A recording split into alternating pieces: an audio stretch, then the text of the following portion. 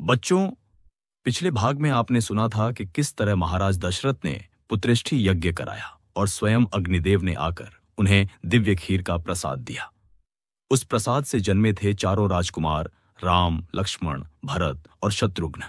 पूरा अयोध्या नगरी आनंद और उत्सव से झूम उठी थी।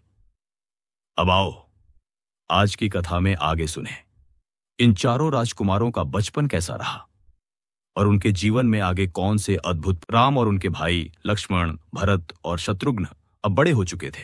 वे शास्त्रों, पुराणों, राजनीति, धनुर्विद्या और सभी युद्ध कौशलों में माहिर हो गए थे, पर सबसे ज्यादा तेजस्वी और श्रेष्ठ थे राम। राजा दशरथ और रानियां अपने बेटों की बुद्धिमत्ता, सुंदरता और मधुर स्वभाव देखकर बहुत प्रसन्न थे। जैसे जैसे वे बड़े हुए, राजा दशरथ चिंतित रहने लगे। उनकी चिंता थी, इनकी शादी कैसे होगी। एक दिन वे अपने मंत्रियों और पुरोहितों से इस विषय पर बात कर रहे थे। तभी दरबान आया और बोला, महाराज, महर्षि विश्वामित्र आए हैं। राजा तुरंत उठे और आदरपूर्वक उनका स्वागत किया। विश्वामित्र जब अपने स्थान पर बैठे, राजा ने हाथ जोड़कर कहा, हे महान राज, आपकी उपस्थिति से अयोध्या और हम सब धन्य हैं। आपकी जो भी इच्छा होगी वही मेरा आदेश होगा। महर्षि विश्वामित्र राजा के आदर से प्रसन्न हुए। उन्होंने कहा, हे राजा, मैं एक विशेष उद्देश्य से आया हूं। मेरे आश्रम में एक यज्ञ चल रहा है, लेकिन रावण के दो अनुयायी मरीच और सुबाहु इस यज्ञ में बाधा डाल रहे हैं। वे अग्नि में रक्त और मांस फेंकते हैं, जिससे यज्ञ पूरा नहीं हो पा रहा। मैं इन राक्षसों को अपनी शाप शक्ति से नष्ट कर सकता हूं, लेकिन यज्ञ शुरू होने के बाद शाप देने का नियम नहीं है। इसलिए मैं आपके पुत्र राम की मदद चाहता हूं। उनके साथ मुझे यज्ञ पूरा करने में सफलता मिलेगी और इससे राम का महिमा और प्रसिद्धि फैलेगी। राजा दशरथ का मन डर और चिंता से भर गया।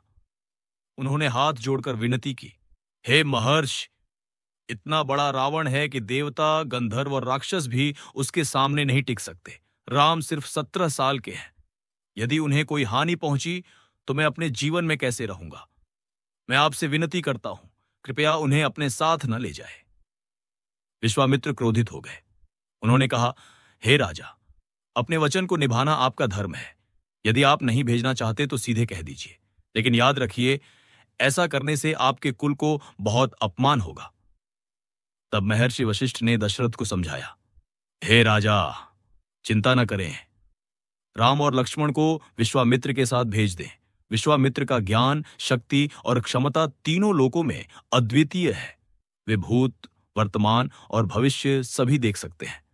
वे आपके पुत्रों के कल्याण के लिए उन्हें ले जा रहे हैं, इसलिए डरने की जरूरत नहीं। राजा दशरथ ने महर्षि वशिष्ठ की बातें सुनकर सुकून महसूस किया। वे प्रसन्न होकर राम और लक्ष्मण को विश्वामित्र के साथ भेजने लगे। विश्वामित्र, राम और लक्ष्मण सरयू नदी के किनारे चल पड़े। लगभग 6 किलोमीटर चलने के बाद विश्वामित्र ने राम और लक्ष्मण को बाल और अतिबल का ज्ञान दिया। इस ज्ञान से उनके मन में असीम आत्मविश्वास आया। अब वे किसी भी खतरे से सुरक्षित थे और थकान का अनुभव नहीं करते थे। तो बच्चों, यही है महर्षि विश्वामित्र के आगमन और राम लक्ष्मण के साथ उनके यात्रा की शुरुआत की कहानी। देखो ना, कैसे भगवान के नायक की तैयारी हर कदम पर होती रही। बस याद रखो, साहस, ज्ञान और विश्वास से कोई भी बाधा आसान हो सकती है। सरयू नदी के किनारे राम, लक्ष्मण और गुरु विश्वामित्र जी ने रात बिताई। अगली सुबह जब वे गंगा सरयू के संगम पर पहुंचे तो विश्वामित्र जी ने मुस्कुराकर कहा, बेटा राम, देखो, ये वही जगह है जहां भगवान शिव ने कामदेव को भस्म कर दिया था। तीनों ने वहां रात बिताई और गुरुजी ने अनेक कथाएं सुनाई। अगले दिन वे नाव में बैठकर गंगा पार कर गए। सरयू किनारे किनारे चलते हुए एक घने, डरावने जंगल में पहुंचे। चारों ओर सन्नाटा था, पर बीच बीच में जंगली जानवरों की भयानक आवाजें गूंज रही थीं। गुरुजी ने गंभीर स्वर में कहा, बेटा राम, लक्ष्मण, यह जगह कभी देवताओं द्वारा बसाए गए मलय और करुष नगर थे, पर यहां एक भयंकर राक्षसी रहती है। नाम है ताड़का। वही सुंद की पत्नी और मारीच की मां। पूरा 9 योजन का यह इलाका उसी के आतंक में है। इसे लोग ताड़का वन कहते हैं। अब हमें इसमें प्रवेश करना है। तुम दोनों बहुत सतर्क रहना। जैसे ही राम ने जंगल में कदम रखा, उनके धनुष की टंकार चारों दिशाओं में गूंज उठी। ताड़का कांप उठी। वह गुर्राती हुई विशाल शरीर बनाकर दौड़ पड़ी। उसने बड़े बड़े पत्थर राम लक्ष्मण पर बरसाने शुरू कर दिए। पर राम कौन? भगवान का अवतार। उन्होंने झटपट अपने बाणों से उसके हाथ काट डाले। ताड़का अपनी माया से अदृश्य हो गई और आकाश से पत्थरों की वर्षा करने लगी। तभी राम ने उसकी गर्जना की दिशा में बाण चलाया। धम! ताड़का पुनः प्रकट होकर चिल्लाती हुई दौड़ी, मगर उस समय राम का बाण सीधा उसके हृदय को चीर गया।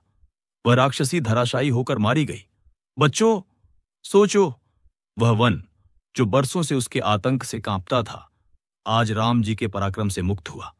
अगले दिन स्नान पूजन कर गुरु विश्वामित्र ने राम को दिव्य अस्त्र शस्त्र दिए। धर्मचक्र, कालचक्र, विष्णु चक्र, वज्रास्त्र, त्रिशूल, ब्रह्मास्त्र और अनेक शक्तिशाली पाश और गदाइयों। राम ने झुककर गुरु को प्रणाम किया और धन्यवाद दिया। फिर वे आगे बढ़े और पहुंचे सिद्धाश्रम। गुरु ने कहा, बेटा, यही वह स्थान है जहां भगवान विष्णु ने तपस्या कर बलि पर विजय पाने की शक्ति पाई थी। मैंने यहां यज्ञ आरंभ किया है, परंतु राक्षस बार बार बाधा डालते हैं। तुम्हें उन्हें रोकना होगा। यज्ञ शुरू हुआ। 5 दिन तक सब शांति रही, पर छठे दिन आकाश में भयानक गर्जना हुई। मारीच, सुबाहुओं और अनेक राक्षस रक्त लेकर यज्ञ में बाधा डालने आ पहुंचे। राम ने मारीच पर मानवास्त्र चलाया। धाएं! मारीच समुद्र तट पर जाकर गिरा और प्राण बचाकर भाग गया। सुबाहु को राम ने आग्नेयास्त्र से मार डाला और शेष राक्षसों का वध वायव्यास्त्र से किया। अब यज्ञ निर्विघ्न पूर्ण हुआ। सभी आर्षि मुनि आनंदित हुए और गुरु विश्वामित्र ने राम को आशीर्वाद दिया। राम और लक्ष्मण ने विनम्र होकर कहा, गुरुदेव, आपकी अगली आज्ञा क्या है? हम सदैव आपके सेवक हैं। गुरु मुस्कुराए और बोले, वत्स राम, मिथिला के राजा जनक धनुष यज्ञ का आयोजन कर रहे हैं। वहां भगवान शिव का अद्भुत धनुष रखा है, जिसे देव, दानव, गंधर्व कोई भी उठा नहीं सका। राजा जनक ने प्रण किया है कि जो उसे उठाकर प्रत्यंचा चढ़ाएगा, उसी से वे अपनी कन्या सीता का विवाह करेंगे। अनेक राजकुमार आएंगे और तुम्हें भी वह अद्भुत धनुष देखने को मिलेगा। तो बच्चों, यही थी ताड़का वध और मिथिला यात्रा की कथा। अगली बार मैं तुम्हें सुनाऊंगा कि राम जी ने उस धनुष के साथ क्या किया और कैसे सीता माता से उनका मिलन हुआ। लन